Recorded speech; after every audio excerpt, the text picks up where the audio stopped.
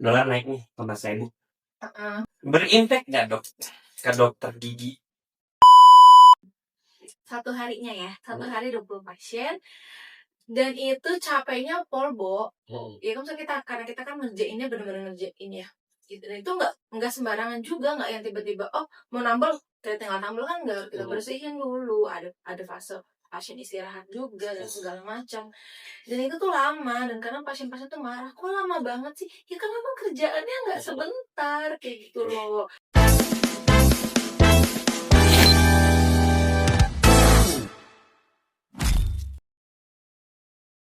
Ya, balik lagi sama kita nih berdua sama dokter Dila di podcast Sesi Kepo.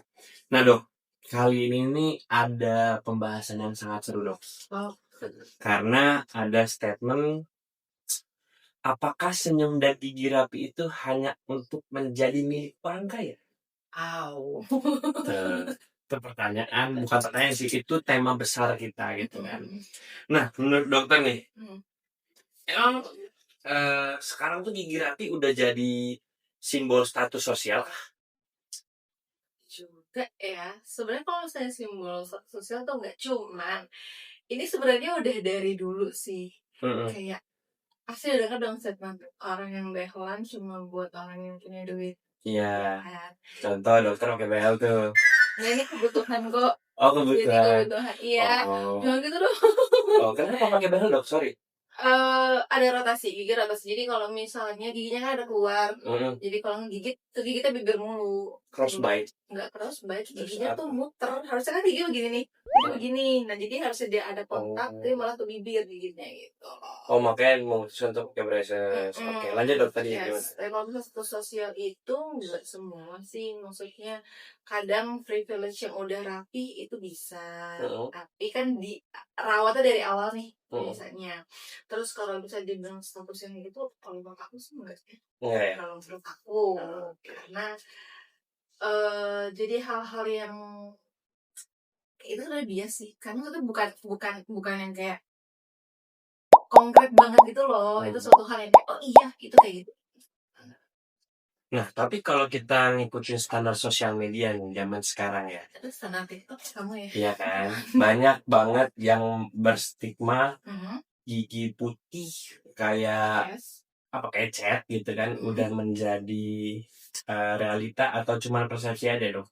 Kalau gigi tuh putih tuh seputih cat gitu loh. Iya. Menurut dokter gimana? Itu tuh biasa ya, kadang di suatu komunitas. Misalnya gini, kita yang biasa di Jakarta, kalau ngeliat yang putih banget itu kayaknya rada aneh. Tapi ada beberapa tempat yang pengen banget putih, walaupun ibaratnya kontras sama kulit, terus yang kayak bener-bener nyengir itu giginya yang putih banget sih. Itu jadi status juga di beberapa tempat komunitas. Berarti itu bisa dikategorikan menjadi kepercayaan diri. Ya, putihnya yang kayak putih cat ya. Kalau kita bilangnya putih mentos. Putih mentos.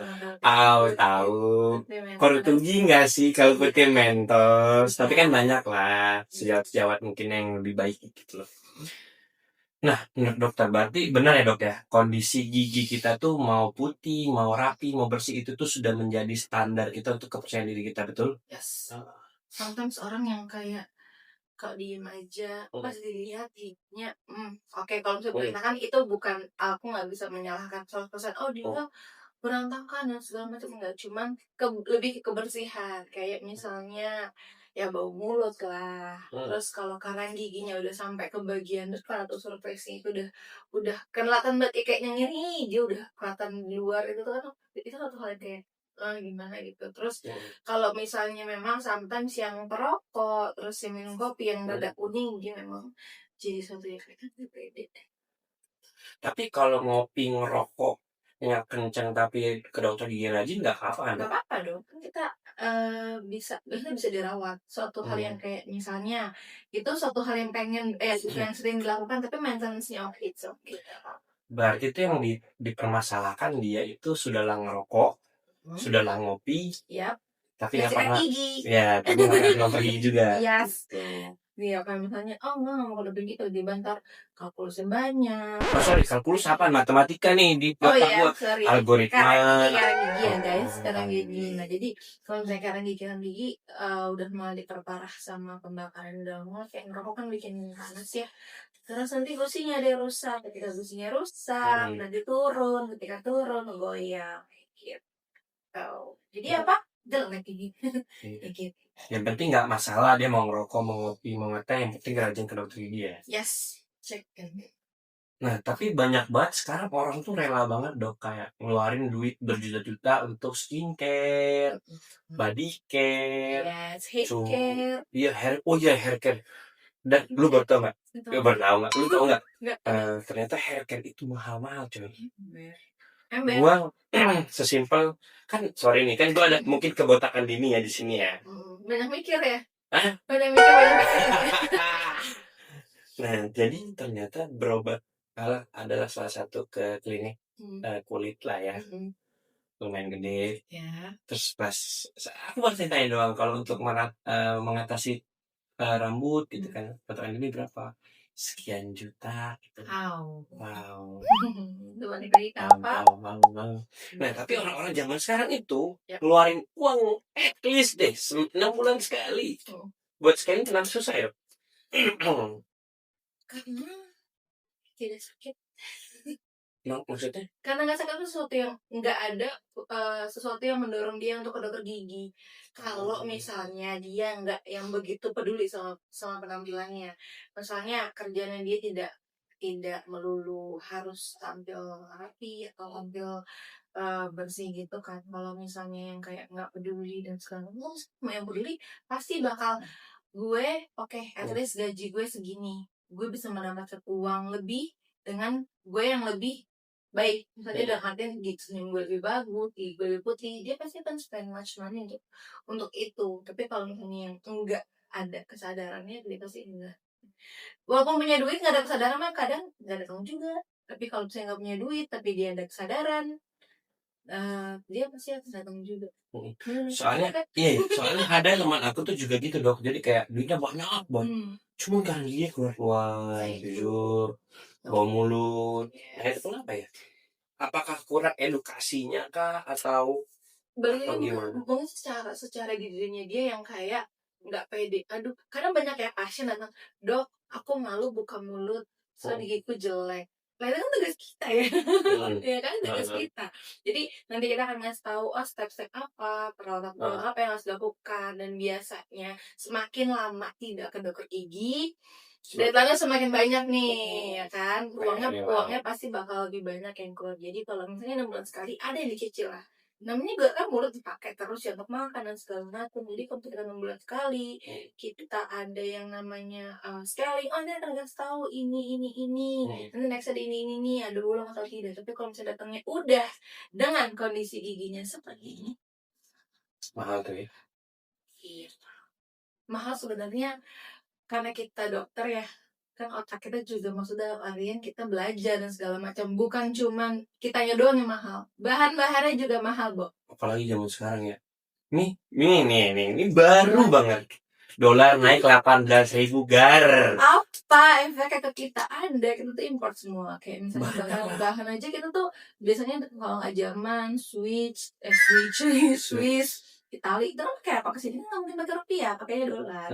Kayak gitu. Jadi kalau baiknya sekalian kan tidak terlalu mahal ya. Maksudnya bahan-bahan yang digunakan tidak menyeluruh semua mahal. Jadi baiknya ya udah kita scaling dulu. Yes, maintenance. Nanti kalau misalnya udah ketahuan, dok aku biasanya kalau udah yang maintenance terus-terusan dia ngomong, dok aku pengen gigiku kayak gini deh, entah dia di bleaching, diputihin, dok aku perlu braces nggak untuk merapikan, boleh gitu. Jadi kan ada step-step ke depannya yang bikin dia makin percaya diri kayak gitu. Nah dok, dolar naik nih 18.000 ya. Anda mau gaji saya pakai dolar? Gaji saya dulu dong. Harusnya didolarin. Iya sih. Berimpact nggak dok ke dokter gigi dengan dolar naik? Jelas lah. Nah, kalau berimpact ke dokter gigi, berarti akan ada penyesuaian harga mungkin, ya kan? Tapi ekonomi kita lagi terpuruk, gimana? Saya bukan pakar ekonomi lagi. Tapi kalau misalnya di aku ya, aku sebagai dokter gigi, ketika nanti ada yang namanya bahan-bahan yang mahal, kita harus lebih banyak. Misalnya kita naikin harga gitu segala macam, berarti kita juga harus upgrade diri nih. Ya kan, semakin biaya yang dikeluarkan sama pasien, jangan sampai kita stuck juga di situ. Entah dari keterampilan kita lah, kayak misalnya secara kayak menambel atau even scaling aja kita harus punya perbaruan ilmu kayak gitu. Kan sekarang udah ada airflow, jadi kalau stem itu nggak ngilu kalau pakai yang scaling biasa. Jadi itu baik lagi, itu kan ada spend money yang besar, kita juga pasti akan upgrade diri untuk ngasih yang terbaik.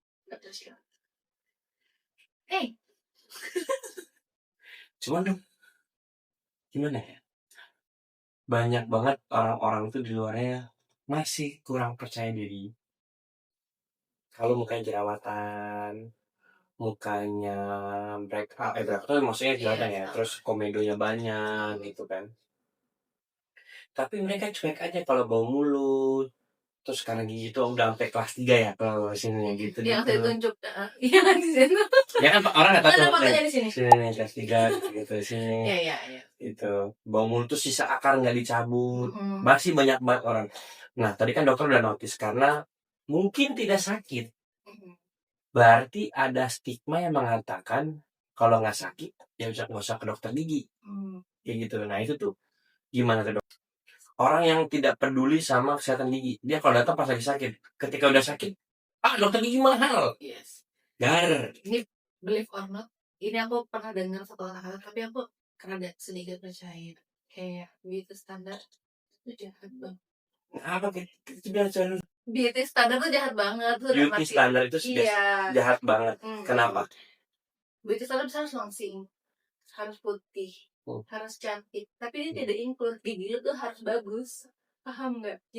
Jadi yang orang-orang akan notice dan orang-orang akan lihat muka lu aja. Kita lihat tampilin di foto, lu foto, lu bisa makeup, ya kan? Kalau misalnya lu makeup, lu bagus nih, lu jerawat, pasti ada komen jerawat lo. Kalau jerawatan sih, padahal itu mungkin dia udah berusaha itu untuk ngerawat kulitnya, juga ngerawat giginya. Mungkin yang kelihatan hasilnya giginya, tapi jerawatnya masih progres nih. Tapi pasti ada komen kalau jerawatan gitu. Kenapa nggak lo komen kayak gigi lo bagus? Itu biasanya jarang banget. Pasti akan bilang kalau jerawatan, kalau ada lingkar hitam, apa namanya nih, mata panda lah, kok alis lo begini, kalau seperti, padahal mungkin dia udah mempersiapkan giginya sebagus mungkin. Jangan jauh-jauh sih, nah ini bagus banget giginya kan. Dia ngerawat saya karena mungkin dia dokter gigi coy. Iya, masih kedokteran, belum jadi DRG ya. Iya kan. Dia gue setiap orang tuh ngasih giginya bagus Bagus ini. Lu Rizky Berkah lu. Rizky Bilar. Nah, terus tapi yang tol di notice kayak, ih kok mahal ini begini. Padahal menurut gue gila, dia giginya tuh udah bagus gitu loh. Jadi maksudnya dalam artian yang sebenarnya dari seluruh yang kelihatan itu lo, muka lo lah, even badan lo, itu gigi lo juga kelihatan. Sebenarnya harus dapat panggung juga gigi. Karena ada juga tuh aku di-share sama dokter Dani, yang orang sorry to say, kurang bagus lah, kurang estetik lah mukanya, giginya berjejal dan lain-lain, tonggos dan lain-lain gitu. Pas dipakai orto, selesai pas perawatan orto, cakepnya pol. Itu juga salah satu tahu. Jadi kayak, ya pasti kan yang kayak tonggos, yang kayak kelas 2 sedang yang tonggos gede, pasti dia jadi bahan celaan. Lo jelek lo, coba pakai orto. Cakep banget. Ada kalau masih ada ntar videonya itu, ntar editor kalau masukin ya. Sumpah cakep banget, perubahan muka itu benar-benar berubah. Iya kan? Kayak oplas, padahal dia nggak oplas, cuma pakai orto. Iya, jadi kalau misalnya gigi tuh pasti bikin ada efek cakep lah di kita gitu loh. Nih lo foto gigi lo ada berjejal, pasti kayak giginya berantakan. Lo ada foto gigi lo ompong, pasti akan juga jadian. Iya. ih gitu. Tapi ketika gigi lu bagus, gak ada yang notice. Nah ini gue mau cerita nih, sampai dulu gue SMP itu pernah pakai braces. Terus Which jadi is, dokter gigi kan tapi iya dong. Which is, gue kalau foto selalu gini. lo jadi bahan kayak ih lo keren banget pakai bracelet, Karena pakai behel. behel zaman dulu mahal pol. Yes, gak semua orang. Nggak semua orang, makanya kan tadi pembahasan kita itu apakah gigi rapi dan bersih itu tuh hanya untuk orang-orang mampu gitu kan. Tapi emang dulu tuh mahal banget orto dok. Aku pakai tuh zaman dulu ya 2000. Tahuan kalau lo sebut tahun lo, tahuan tuanya ntar. Apaan sih? Sama dokter tuan dokter ngaco. Gak boleh bawa umur sih. Hah? 30 kan? Nah, jadi pas saat itu 2000 berapa kita nggak sebut lah ya. Aku pasang orto itu 10 atau 8 lupa. Tahun itu kan? Tahun itu. Yes. Dan itu mahal banget. pol. Ya, betul. Terus sekarang Shock banget. pas lihat harga braces ada yang segitu, wow. Wow. Itu bingung gak sih dok? Apalagi sekarang lagi semuanya mahal. Iya dong. Apa tuh coba? Jadi, ya. Terus itu apa dia pakai apa itu? Itu, aduh, saya Ini- lagi gini. Nah, banyak yang belum tahu soal BPJS nih dok, ya kan? Aduh, Rumah sakit tuh bisa pakai BPJS kan? mm-mm. Perawatan gigi bisa pakai BPJS nggak? Bisa. Bisa. Bisa. Jadi buat teman-teman kita yang misalkan kurang mampu untuk di klinik swasta gitu bisa menggunakan BPJS. Yes. Tapi kebanyakan orang tuh ngeluh dok. Kenapa tuh? Ya kayak jelek lah, antri lama lah. Iya sih. Gini ya, siapa sih nama lu Marpaung? Ada uang, ada kualitas. Ini udahlah gratis. Kau pun banyak protes. Kemarin ada yang di thread. Apa? Jadi kayak ada se-X. Bentar ya sih, ada ini gitu agak gede ini ya. Oke, maaf deh. Oke. Jadi ada di threads kemarin sempat beberapa dokter juga ada yang ikut nimbrung ke threads itu. Dia ngomong kenapa sih dokter BPJS itu nggak mau nunggu gitu. Kan maksudnya dalam artian BPJS itu tuh banyak banget dokter umum tuh yang aku tahu tuh bisa 100-an tiap hari loh bukan dalam sebulan. Kita dalam tuh shift bisa 100 sampai 150 orang. Iya itu faktanya. BPJS gigi itu di klinikku yang sebelumnya itu 20 pasien satu harinya ya, satu hari 20 pasien. Dan itu capeknya polbo. Ya kan karena kita kan ngerjainnya benar-benar ngerjain ya gitu. Dan itu nggak sembarangan juga, nggak yang tiba-tiba mau nambel kita tinggal nambel kan, nggak, kita bersihin dulu, ada fase pasien istirahat juga dan segala macam. Dan itu tuh lama, dan kadang pasien-pasien tuh marah, kok lama banget sih? Ya kan memang kerjaannya nggak sebentar kayak gitu loh. Aku pun misalnya kayak kalau ngeliat bahan-bahan di dokter di klinik biasa sama BPJS memang ada beda, pasti ada beda. Karena dari tadi uang kan, biaya dan bahan-bahan segala macam. Jadi kalau misalnya dibilang BPJS bisa melakukan perawatan, bisa kok, bisa. Itu BPJS bisa melakukan perawatan, cuma tidak yang estetik. Ya kan, karena kan maksudnya artian kalau dia ada indikasi medis, ya kita akan melakukan even hijau gigi bungsu pun itu kita cover BPJS. Cuman ya kayak gitu, karena kan di Indonesia kan banyak banget ya, dan yang sakit gigi kan nggak cuma 1-2 orang, itu beribu-ribu. Jadi kadang kalau ada pasien datang, dok saya mau cabut gigi bungsu tapi jadwal 3 bulan lagi. Ya gitu. Bedah mulut juga kan kalau ngerjain 10 apa nggak gempor tangannya. Gitu. Nih balik lagi nih ya ke mental masyarakat Indonesia nih. Dikasih murah ngeluh. Yes, dikasih mahal marah-marah. Dikasih mahal marah-marah. Nih sekarang kalian tuh maunya apa? Ya dok. Kayak dijaga, jangan sampai sakit. Jangan pas lagi sakit baru ke dokter gigi. Nah, baru kan. Maintenance-nya murah kok. Ada sikat gigi dan pasta gigi. Tinggal sikat gigi. Terus jangan males ke dokter gigi 6 bulan sekali. Kayak gitu. Jadi itu masih yang hal-hal yang semua orang bisa melakukan itu. Hmm. Kan gimana tinggal balik lagi males atau enggaknya mau sikat gigi. Terus kalau misalnya habis makan, enggak langsung tidur lah. Itu kan salah satu penyebab juga bikin Itu faktor ini gak sih kebiasaan habit yang jelek? Ya kan karena malas. Nggak jadi orang malas. Nih ya, Kalau mau jadi orang malas ya nggak apa-apa, asal punya duit. orang banyak duit gak malas coy. Oh iya makanya itu. Iya. Jadi ya kalau misalnya mau, dok saya tuh takut ke dokter gigi, saya nggak mau ke dokter gigi karena misalnya mahal dan segala macam. Ya udah coba dibalik dari diri sendiri. Oh kalau gue tidak mau mengeluarkan uang untuk perawatan gigi, apa yang harus gue lakukan? Oke, gue maintenance ke diri gue sendiri sambil mungkin gue harus sekali konsul 6 bulan sekali untuk apa nih ada permasalahan. Nah, biasanya kalau yang rajin 6 bulan sekali nggak mungkin jeda tuh ada tiba-tiba ada black hole gitu. Nggak mungkin ya. Kadang udah kepantau dari 6 bulan sekali ya. Betul. Oke dok, kalau harus memilih dok, lebih penting mana? Gigi estetik atau gigi sehat? Sehat dan estetik. Bisa satu. Kenapa harus memilih kalau bisa dua-duanya kok kata Najwa? Wow, dia bawa Najwa Shihab guys, nggak bisa dilawan nih. Maksudnya yang penting sehat dulu. Karena kalau misalnya estetik tapi nggak sehat percuma. Ya kan? Oh lu pengennya yang putihnya putih banget ya, lu tempelin kayak mentos gitu apa lu nggak bau mulut? Iya. Ya kan yang estetik, menurut dia estetik nih dengan masang mungkin di salon gigi. Aduh, yang salon gigi lagi. putih kan. Gue pengennya estetik pas dibuka itu masih ada sisa akar.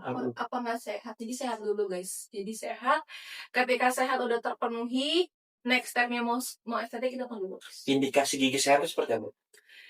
Tidak ada lubang, tidak ada karies, tidak ada sisa akar. Lubang dan karies menurut gue sama deh itu. Oh iya maaf, tidak ada karang gigi, tidak ada gigi berlubang, tidak ada sisa akar. Itu dulu sih. Itu dulu yang harus dijaga ya. Yes. Oke dok, pertanyaan terakhir. Menurut dokter, apa definisi senyum ideal?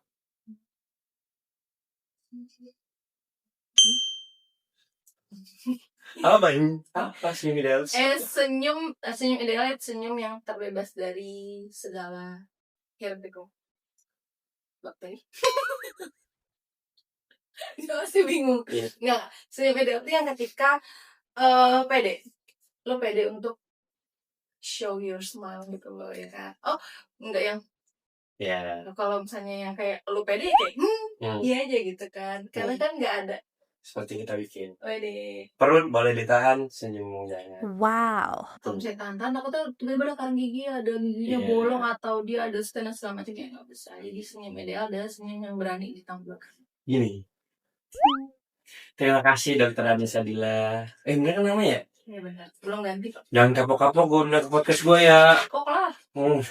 Kok enggak lah. Kita masih banyak pembahasan yang harus kita bahas nih dong. Terima kasih Dokter Dila. Buat teman-teman podcast Sisi Kepo, kalau kalian tertarik atau suka sama tayangan hari ini, kalian bisa like, comment, and share kita ya. Sampai ketemu di video selanjutnya. Bye-bye.